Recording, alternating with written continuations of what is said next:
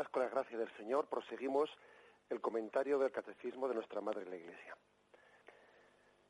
Antes de entrar en el punto 1077, ¿no? Permitidme que me quede en el título aquí que se ha puesto en el epígrafe, ¿no? Dice: el misterio pascual en el tiempo de la Iglesia, la liturgia, obra de la Santísima Trinidad. Pues tiene bastante que comentar este título, ¿no?, que se le ha puesto, ¿no? La liturgia, obra de la Santísima Trinidad. Digo que tiene mucho que comentar porque, claro, generalmente nosotros nos pensamos que la liturgia es una obra nuestra, ¿eh? que como si fuese nuestra iniciativa el hacer gestos litúrgicos, ¿no? Vamos a hacer una serie de ritos en el que nosotros, por nuestra iniciativa, nos comunicamos con Dios, ¿no? Y nos olvidamos de lo que dice la Sagrada Escritura: no sois vosotros los que me habéis elegido a mí, soy yo el que os he elegido a vosotros. Es decir, la liturgia es antes una obra de Dios, de la Santísima Trinidad, que una obra nuestra. La liturgia, al fin y al cabo, tiene muy poco de palabra de hombre, por no decir nada. O sea, desde el nombre del Padre, del Hijo, del Espíritu Santo, amén, el Señor esté con vosotros.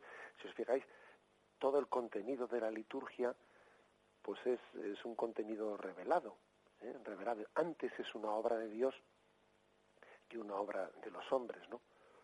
Eso es muy importante. Imaginaos qué sería de un camarero, por continuar con el ejemplo que hemos puesto antes del cocinero y el camarero, que sería de un camarero que sale con la bandeja de la cocina, ¿no?, con todo aquello que ha sido cocinado, ¿no?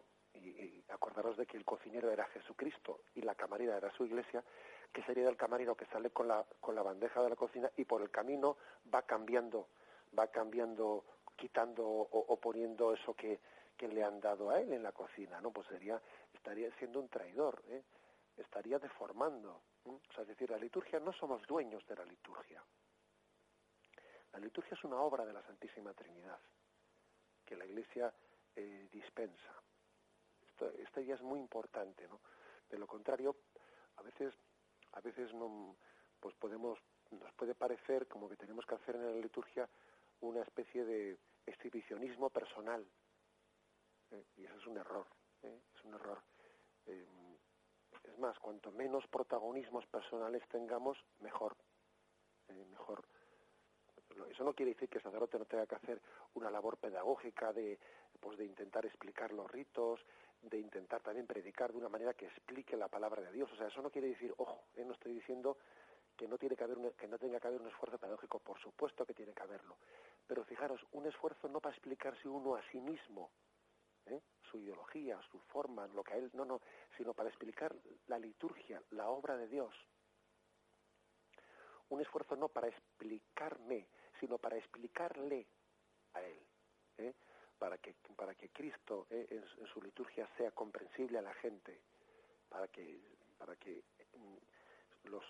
todos los ritos que se hacen, ¿no?, y todo el contenido de la palabra de Dios pues no sea extraño a la gente. Un contenido para explicarle, no para explicarme, que yo cuanto más oculto esté, mejor, mejor.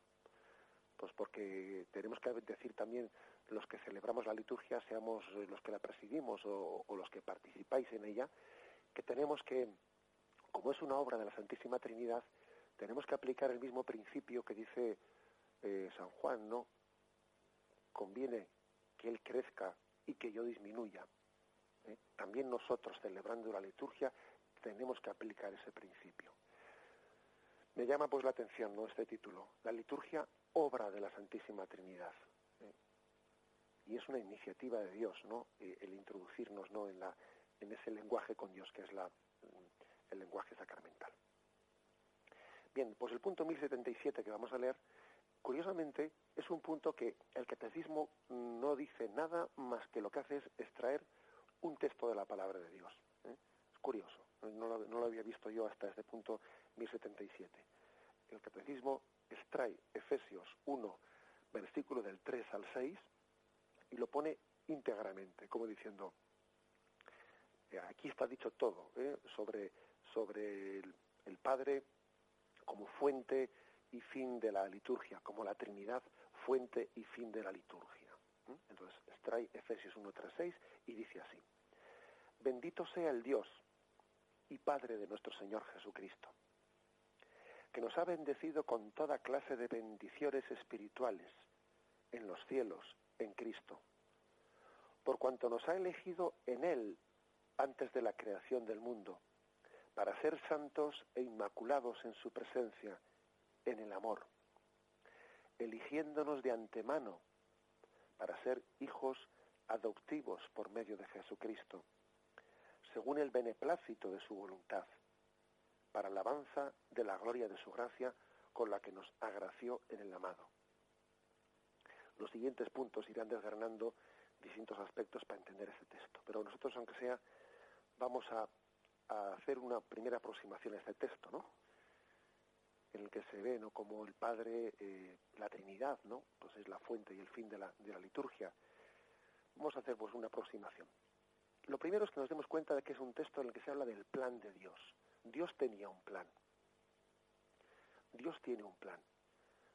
Cosa muy importante, porque no tenemos que pensar que nosotros somos fruto de un azar, de una casualidad. No. Dios tenía un plan desde el principio con nosotros. No somos fruto de algo que necesariamente ha sido. No podía no haber sido. O sea, Dios no tenía ninguna necesidad ni obligación de habernos traído. Si lo ha hecho, ha sido consciente y libremente y porque tenía un plan. Esto creo que es muy importante. No estamos aquí porque sí, sino que hemos sido meditados y decididos libremente. O sea, somos hijos plenamente deseados de Dios. Somos hijos plenamente deseados. Aquí no existe el concepto hijo no deseado. Ante Dios ese concepto es inexistente. También habría que decir que debería de ser inexistente en el matrimonio. En la palabra, para un cristiano no debería de existir la palabra hijo no deseado. Eso también se ha dicho de paso, pero bueno, ahora no toca hablar de eso. Un cristiano tampoco debería de admitir en su matrimonio la palabra hijo no deseado.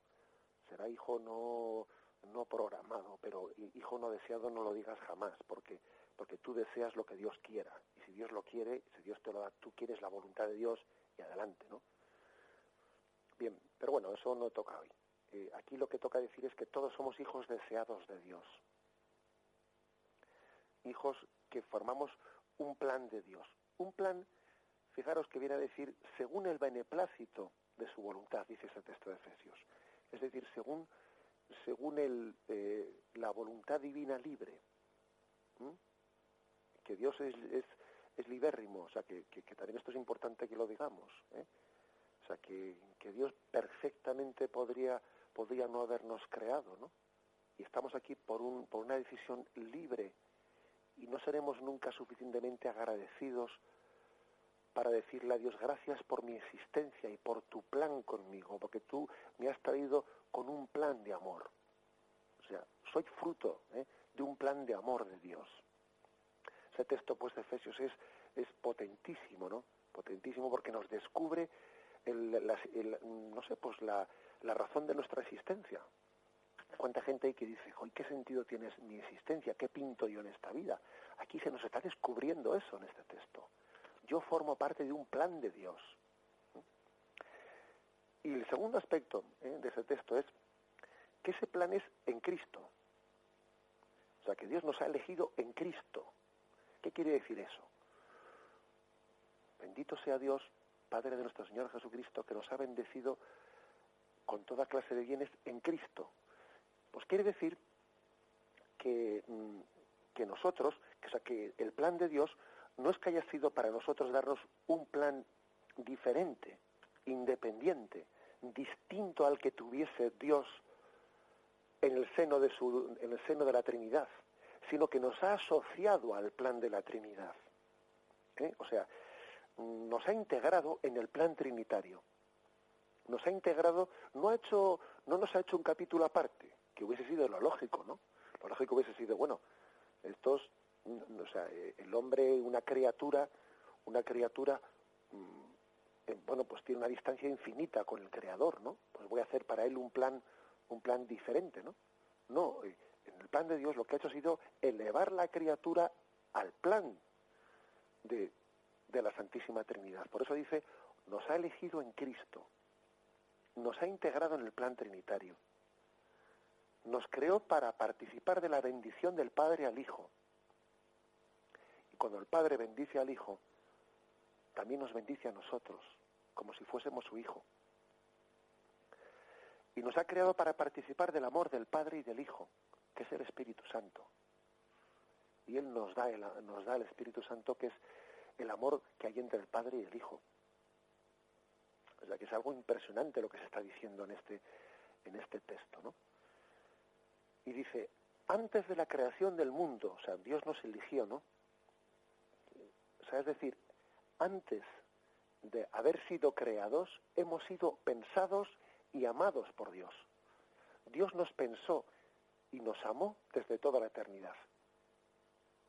Desde toda la eternidad, antes de que los cielos existiesen, Dios te pensó a ti. Y te pensó y te quiso a ti antes de crear el mundo. Es más, el mundo lo creó millones de años antes, ¿no? Pensando en que tú ibas a venir. Como cuando, antes de que nace un niño, preparamos la habitación y preparamos la casa. Pues porque va a nacer el niño. Dios también creó el mundo y lo preparó pensando en que iba a nacer, en que iba a venir ese que había sido ideado y amado por Dios desde toda la eternidad, ¿no? Que éramos cada uno de nosotros. Antes de la creación del mundo, creo que es impresionante, ¿no?, que meditemos en esto. Antes de la creación del mundo, desde siempre, Dios te pensó y te amó. Eso formaba parte, ¿no?, de ese plan de Dios. Y dice, ¿no?, y dice este texto final. Ahora voy a concluiré volviendo a leerlo, pero en la parte última del versículo dice que eligiéndonos de antemano para ser hijos suyos, adoptivos por medio de Jesucristo, para alabanza de la gloria de su gracia con la que nos agració en la mano, para alabanza de la gloria, es decir, para gloria de Dios. O sea que el plan de Dios es que fuésemos creados para gloria de Dios. ¿Qué quiere decir esto? Ser creados para gloria de Dios. Pues es que es importante, ¿no? Es importante que lo expliquemos, porque una manera de entender mal esto, sería, Dios te creó para engrandecerse Él, porque nosotros la palabra gloria, pues la entendemos un poco, te has cubierto de gloria, como diciendo, hombre, no, vamos a ver, no entendamos mal esta palabra. No es que Dios te haya querido como con un amor instrumental, ¿no? O sea, como si no te quisiese por ti mismo, sino te quiere para cubrirse Él de gloria. No, esto no lo hago por ti, sino lo hago por mí. O sea, a veces podemos interpretar mal la palabra para gloria de Dios. Quitemos eso de la mente. Siempre hay que purificar los conceptos. ¿Qué quiere decir, por lo tanto? Bien entendido el concepto, hemos sido creados para gloria de Dios. Quiere decir que entendamos que nosotros a Dios no le vamos a añadir nada que no tenga ya. O sea, es decir, Dios es infinito. Yo no le voy a añadir nada que Él ya no tenga. Yo lo que hago es manifestar la gloria de Dios, pero no le voy a añadir nada que Él no tenga. Dios es infinito. Y el fin de sus obras no puede salir fuera de Dios mismo, porque es que es imposible. Es decir, este es un principio teológico que puede parecer un poco complicado, pero creo que se puede entender, o sea, fácilmente, ¿no? Es decir, Dios es infinito de manera que así como nosotros se nos dice, sal de ti mismo y olvídate de ti y ocúpate de otra cosa. Bien, Dios es tan infinito que Él, la finalidad de cualquier obra que Él realiza no sale de sí mismo, porque es que Dios es infinito, o sea, Dios lo abarca todo, lo abarca todo. Dios no puede, en ese sentido, hacer nada que salga de sus límites, porque Él es infinito y todo, y lo cubre todo. Bueno, pues por eso hay que entender bien el texto para gloria de Dios, no para que nosotros le añadamos a Dios, ¿no? O para que Él reciba una especie de engrandecimiento que sin mí no tenía. Eso es absurdo. Dios lo tiene todo. Cuando decimos que Dios nos creó para gloria de Dios, queremos decir con eso es para manifestar el amor de Dios y entendiendo además que la gloria de Dios coincide con el bien del hombre. Gloria de Dios y bien del hombre son una sola cosa. Nosotros es que tendemos a pensar que este me quiere para su gloria, como si fuese, ¿qué te voy a decir yo? No, me quiere para su bien. Pues es que en el caso de Dios es que el bien de Dios es el bien, la gloria de Dios es tu bien. ¿O qué te piensas? ¿Que tú le ibas a dar algo a Dios que él no tuviese antes o qué? La gloria de Dios es el bien del hombre, así de claro. O sea, Dios no tiene de nosotros nada que no tuviese. La gloria de Dios es el bien del hombre. Por eso hay que entender este concepto que hemos sido creados para gloria de Dios. Y por eso Dios nos quiere santos, y por eso el plan de Dios era hacernos santos e inmaculados. Santos e inmaculados. Por eso dice aquí ese texto, ¿no? Nos ha elegido en Él antes de la creación del mundo para ser santos e inmaculados. Porque claro, porque Dios quiere transmitir no solo la existencia, sino su esencia. Y la esencia de Dios es el amor. Y Dios quiere que el hombre también sea santo, que es la manera de participar del amor de Dios. Por eso nosotros podemos decir que tenemos dos finalidades en esta vida: ser santos y dar gloria a Dios, que en el fondo es lo mismo. Es lo mismo. Las dos cosas se terminan por identificar. Glorificamos a Dios siendo santos. Y al final esas dos finalidades se funden en una sola. Bien, por eso concluyo volviendo a leer este texto, ¿no? Tan impresionante, que os invito a que leáis en vuestras casas, ¿no? Y que hagáis una meditación de él. Efesios 1, versículo del 3 al 6. Dice: bendito sea Dios, Padre de nuestro Señor Jesucristo, que nos ha bendecido con toda clase de bendiciones espirituales en los cielos en Cristo, por cuanto nos ha elegido en Él antes de la creación del mundo, para ser santos e inmaculados en su presencia, en el amor, eligiéndonos de antemano para ser hijos adoptivos por medio de Jesucristo, según el beneplácito de su voluntad, para alabanza de la gloria de su gracia con la que Él nos agració en el amado. Bien, concluimos de esta forma la explicación del catecismo de nuestra Madre la Iglesia. Nos despedimos con la bendición de Dios Todopoderoso. Padre, Hijo y Espíritu Santo, descienda sobre vosotros. Alabado sea Jesucristo.